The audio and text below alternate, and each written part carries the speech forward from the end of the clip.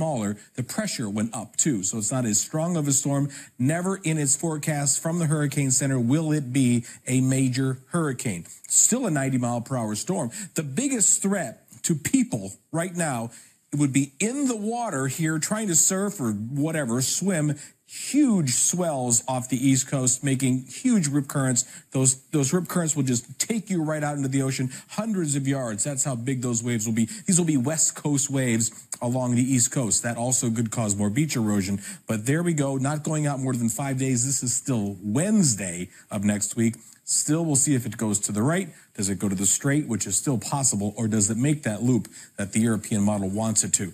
I don't want to do anything except turn right and not ruin our entire Northeast week for next week, because it would be a storm that we would never have an idea whether it's Atlantic City, New York City, or Boston. That's the true case of it right now. No way to know, too many days away. Which is why we're watching it so closely right Absolutely. now. Chad Myers, thanks so much. Appreciate it.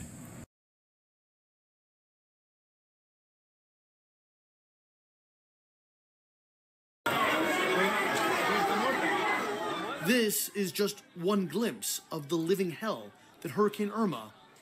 Then he is almost in a knee-jerk, reactive state. But when it is not the people that he likes to condemn, then he will be much more deliberate about his statements. It's not clear if Trump's tweets were based on intelligence or speculation. Either way, they irritated a close ally on a day that was difficult enough already. Victoria Gatenby, Al Jazeera. Bangladesh has accused Myanmar of repeatedly violating its airspace, further straining relations damaged by the ongoing Rohingya crisis. Dhaka says helicopters and drones crossed into Bangladesh 3 times in the last 5 days. Myanmar's military has been accused of attacking Rohingya civilians attempting to flee, and camps in Bangladesh have been overwhelmed by the numbers streaming over the border. Almost 400,000 Rohingya have now fled a military crackdown that began more than 3 weeks ago. Hospitals in Bangladesh are struggling to cope with the influx of people needing their help. Tanvir Chaudhry went to visit one.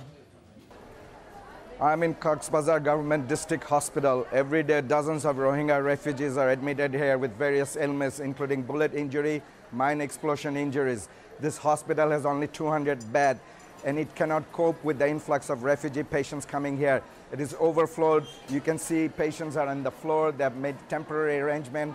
What the government needs to do is set up mobile emergency clinic within the refugee camp areas.